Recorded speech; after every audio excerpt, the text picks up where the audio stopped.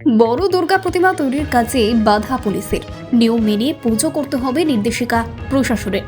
অবশ্যই প্রশাসনের নির্দেশকে মান্যতা দিয়ে প্রথম বছরের পুজোতে বাধা থাকলেও দ্বিতীয়বারের জন্য হতে চলেছে বৃহৎ দুর্গাপুজো। নদিয়া রানাঘাটের কামালপুর গত বছর দুর্গাপুজোয় আনতে চলেছিল এক নতুন চমক। তাদের ভাবনায় তৈরি হয় বৃহৎ দুর্গাপুজো, কিন্তু প্রতিমার উচ্চতা অতিরিক্ত হওয়ায় সেই পুজো বন্ধ করে দেয় প্রশাসন। দীর্ঘ প্রতীক্ষার দুর্গাপুজো করতে না পেরে গোটা গ্রামের মানুষ মানসিকভাবে ভেঙে পড়েছিলেন। 2024 সালে নদিয়ার কামালপুরের বৃহৎ দুর্গাপূজা বন্ধ হয়ে যাওয়ায় প্রশাসনকে পড়তে হয়েছিল প্রশ্নের মুখে। যদিও একাধিকবার পর্যবেক্ষণের পর সেই পুজো বন্ধ করতে বাধ্য হয় প্রশাসন।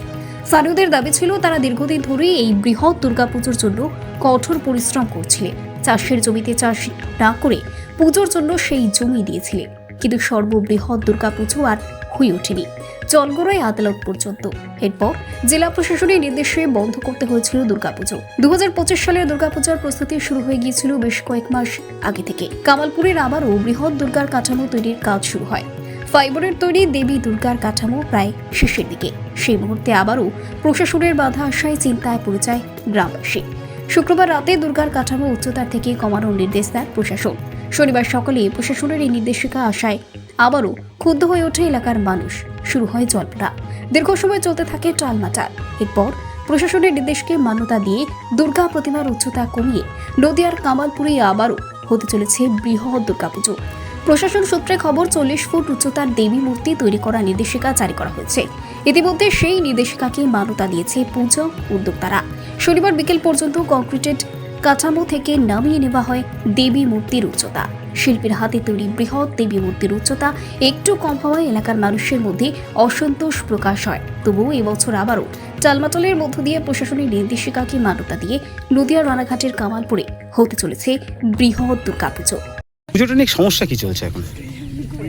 পুজোটা নিয়ে সমস্যা তো আমাদের গত বছর থেকেই সমস্যা চলছে। গত বছর আমরা আমাদের ঠাকুর পুরো রেডি, তো প্রশাসনে বললো যে হবে না। কেন হবে না এইটা কিন্তু আমরা বুঝতেই পারি। তো এবার তো আমাদের বলেছে যে এসে মানে আমাদের পারমিশন দিয়েছে, 40 ফুটের পারমিশন দিয়েছে। আমরা তো যে গ্রিন বুক নাকি ওতেও আমরা নাম লিখিয়েছিলাম, ওর থেকে আমাদের নাম কাটতে হয়েছে। ওর থেকে আমাদের নাম কাটতে হয়েছে। প্রশাসন বলেছে যে ওর থেকে নাম কাটতে কাটিছে। এবছর কত ফুট? এবছরে আমাদের ধরেন ওই 60 থেকে 70 ফুট। তাহলে ঠাকুর এই প্রতিমা আবার নতুন করে খুলতে হচ্ছে কেন?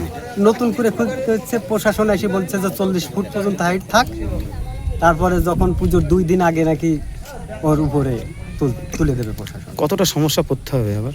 আমাদের প্রচুর সমস্যায় পড়তে হবে, কারণ এখন সাজানো ধরেন আমাদের এই সাজাতে 1-1.5 মাস লাগবে, আর তখন যদি 2 দিন কি 5 দিন এসে বলে যে সাজিয়ে দাও, তখন তো আমাদের তো খুব সমস্যা। পুজো হচ্ছে তো? হ্যাঁ, পুজো হচ্ছে।